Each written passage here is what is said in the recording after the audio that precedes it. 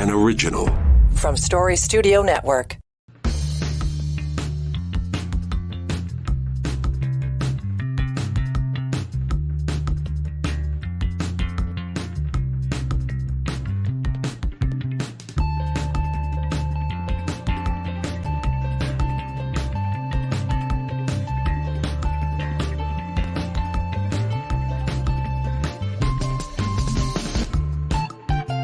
Well, here we go. Yep, this is it. Now and next from the Lakeside Studios. I know we were supposed to be coming from you from the home studio, but we had some technical difficulties during our effort on Friday. I don't know, it might have been fallout from the good drugs I had for the dental surgery I had on Thursday. So maybe still a little foggy around the edges. Nonetheless, wanted to make sure that we got into your inbox today because, well, a couple things. First, we just wanted to be there. We missed the Thursday show because of the dental appointment. Yeah. So we didn't think it'd be wise to subject you to that. But also, we wanted to just, kind of bring you up to date on a few things that are going on. So welcome in. I'm Dave Trafford. This is Now and Next. And it is the Friday rethread. Sorry for the delay. And you can see, again, as I said, we're not in our usual haunt. We're in the Lakeside studio. And we had to make a mad dash down here. All excited because about a week from now, our born and bred Blue Nosers, our Eastern Passengers from Nova Scotia are heading this way, and it'll be 3-year-old Marigold. 3 years ago, I was broadcasting from Cow Bay, Nova Scotia, doing the morning show on News Talk 1010. Feels like a long time ago. Well, yeah, it's a pandemic ago. But the cool thing is we can do all this stuff remote now, right? So here we are. We are in the Story Studio Network YouTube channel. I'll get that out of me. Still on a 7-second delay. Otherwise, you can follow us on the various social medias. You can see there at the bottom of the screen if you're following along on the video. Facebook, Instagram, Threads, LinkedIn, Twitter, at Dave Trafford works on all of them. So, and the nice thing is, here we go. We're getting all set to do this show from the family place in the Kawarthas. And, nice day outside. Out the other window is the lake, so it's a nice spot to be. Means I can get some work done, do some studio work while Aaron is here. And, of course, that'll be kind of a cool part of the whole thing. It's always easier to sort of work when you're in the same space, never mind the same area code. So we don't get to do that very often. So we will no doubt be holed up here. This is our work in progress. It's a studio that, when necessary, we can turn into a bunkie and spill over for sleeping for the kids, etc., and some adults even. So we're in the process of finishing the work. So if you hear a few boats or whatever in the background, that's why today. We're trying to keep this as snug and tight with these microphones as we possibly can. But other than that, hey, this is where we are. So welcome in. Good of you to join us. A couple things that we do want to do. Some things that we learned this week, and we're going to highlight them in our LinkedIn newsletter. So look for that on my LinkedIn page. Again, at Dave Trafford will get you there. It's two things. First, it's about the dental work that I had done. And it's my wife and I were talking about this when we came down on Friday afternoon. And the idea that I got the job done because I had a credit card. And it wasn't an emergency. It wasn't anything that I had to have done. But for the long-term health of my, dental health, but also overall health, it was a pretty good idea to get it done. It wouldn't matter if I had a plan or not. This procedure was not covered by any insurance plan. So I had to put a credit card down and get it done. And it occurred to me it was not insignificant in terms of the cost, so that it, unless you had means and the ability to pay for something like that, you wouldn't get it done. And in the long term, that's a bad thing. And I know we talk about the dental plan for kids. Great idea. 12 and under, fewer problems, but it also sets up some good early, childhood hygiene, dental hygiene. Those are all good things to do. But it's typical in government. They look at it and, once you get to a certain age, maybe you get that again. But in the middle, well, it's that lost age between, working age. In this case, it's above 12 and probably to 65 before you would get any kind of benefit again for dental care. And it occurred to me in the long run that we pay a whole lot of money for our health care as it is. Um, but this is exactly why we should be having a dental plan, extending our health care to include dental, eyes, right? Physio.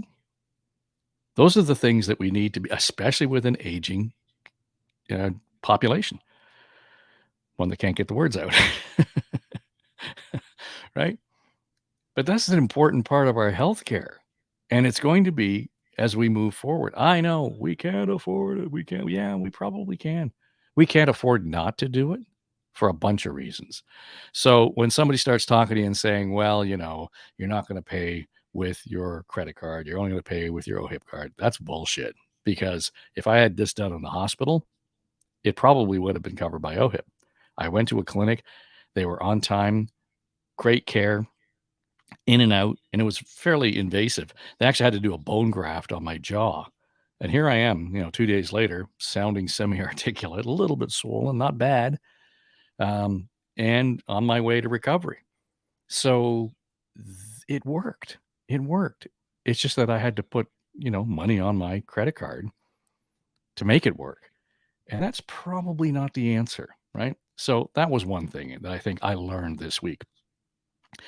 Second thing I learned this week, I'm doing a series on the Canadian Disabilities Benefits Act. And we're doing it with our friends at Daily Bread Food Bank. And if you've been following along, we do the 2030 project. And primarily it's aimed at talking about, that major discussion around mitigating and reducing poverty. The idea is to get it down to 50% by 2030. That's not going to happen. Why? Well, a bunch of reasons, not the least of which is COVID. So one of the programs that they're looking at, and it was introduced at the end of the legislative session in Ottawa in June, was the Canadian Disabilities Benefit Act.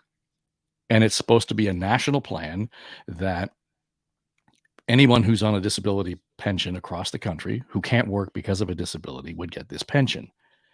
And primarily the backdrop and the background and the point of this is to make sure that people who are living with disabilities aren't living in poverty.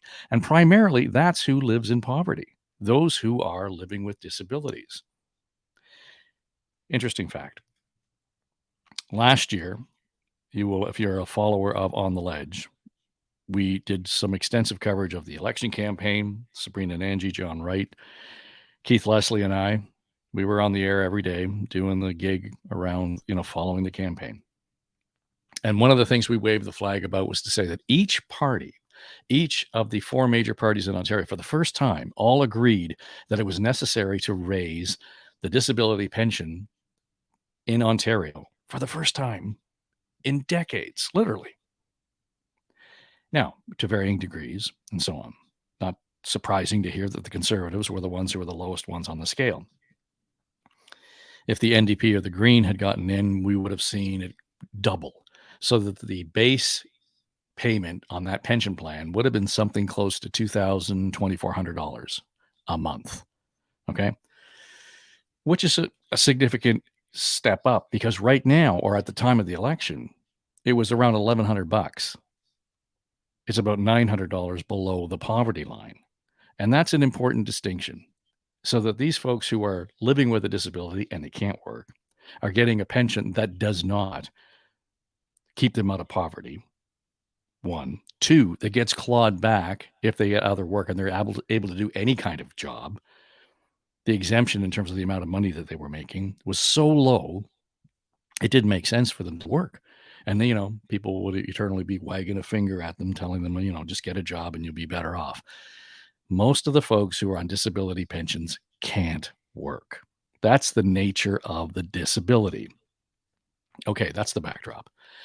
Since then, the Ontario government has raised ODSP payments to something in around $1,200, and then they indexed it to inflation. Both things sound good.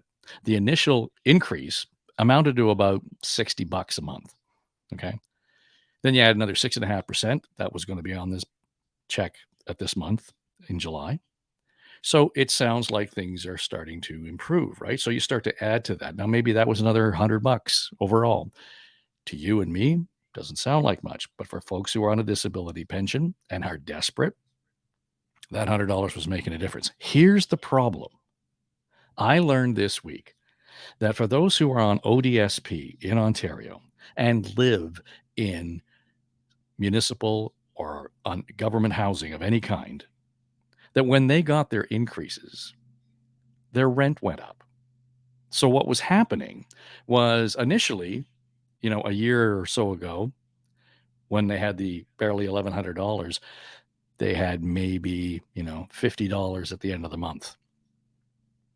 Once they added the $50 to it, the rent went up, and then they only had $30. And then when the index kicks in, then they only have $15. The rent is going up at a higher rate than the increases are around ODSP. Now, those are numbers I'm just throwing out. But I learned that from a woman whose brother is on a disability pension in Ontario and is getting the pension and the increases, but he also lives in Ontario housing. And so what's happened is the housing is clawing back that ODSP check, that ODSP benefit, the increased benefit that's supposed to stabilize things for these people, and just making it worse. They got less at the end of the month. So we might dig into that a little bit in our newsletter. If you like to join that, you'll find it on LinkedIn. Now, I'm sorry we aren't in our studio at home. I'm going to revisit this next week because I wanted to introduce you to Winston. Winston is a parlor-sized guitar. And he entered our home in 1969 under the Christmas tree in a cardboard box. I still have Winston.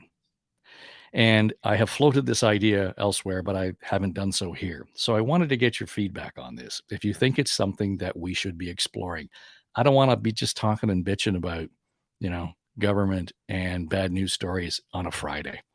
Nah. I mean, we'll talk about them if we need to. We'll bring them up. That's my nature. It's pretty hard for me sometimes to avoid that. But I thought we should get into some other kinds of storytelling.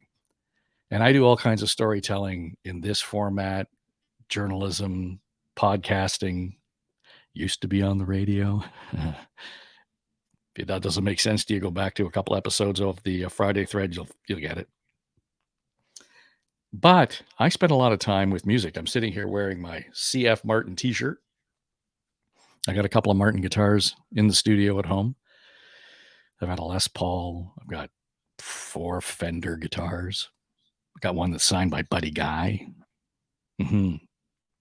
But Winston might be the most treasured because Winston was the first.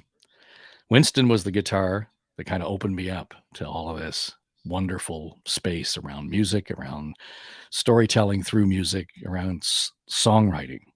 And I've done a fair amount of songwriting. I don't pretend to be a songwriter. I'm just a hobbyist. But there's stories that are attached to every one of the songs I've written for me. And I'm happy to share them because I think that's the interesting part of a song. And so I just wanted to kind of get into some of that storytelling element that I think it'd be kind of fun to do, right? Music is such an important part of all of our lives that it would be kind of fun to be able to step out and start to talk around and talk about some of those stories that are so deeply entrenched in our memory, in our culture, in our personality. They informed our relationships, all those sorts of things. So whether it was the song that, was playing when you graduated from high school or, maybe it's the song you wrote for your ex, I don't know. But we can get into that kind of storytelling. And also stories about Winston and the Martin and the 2 Epiphones I own. And every one of my Fenders has a story behind it. One of them used to be a sailboat. Yeah. Happy to tell that story. So I'd just be curious if you're interested in that kind of thing. I'd love for you to drop us a note. You can do that on any of the social medias that are on the bottom there: LinkedIn, Threads, Twitter, Facebook, Instagram, at Dave Trafford. Otherwise, if you're watching on YouTube, subscribe to the channel. You can leave us a comment here.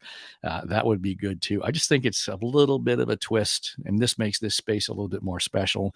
Again, not that we don't want you listening Monday to Thursday on the podcast, on the audio segment of the show. We're on Now and Next, Monday to Thursday, anywhere you get your podcasts. And if you want to subscribe to the show, by all means, you can see it there at the bottom of the screen. Go to Spreaker.com and search on Now and Next. Or if you're watching on the laptop, got your phone handy, you can just scan that QR code in the bottom corner there. It'll take you right to the landing page for Now and Next. So anyway, I leave it in your good hands, and I'm going to explore this a little bit more because I think I've already started doing interviews around every guitar has a story, and some of them are fascinating. But I'd like to kind of get it into this setting as well, where we can sit down and meet some singer-songwriters, some singers, some players, whoever, maybe you.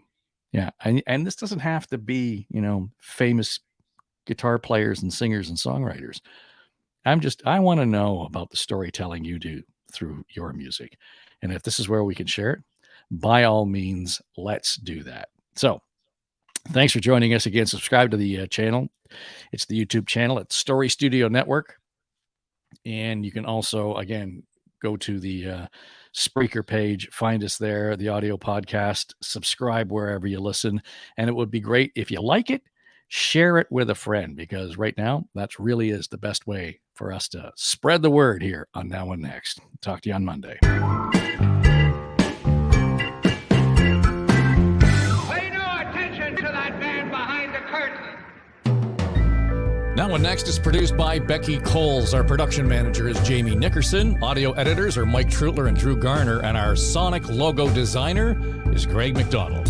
Our executive producers are Dave and Aaron Trafford. This is SSN. Story Studio Network.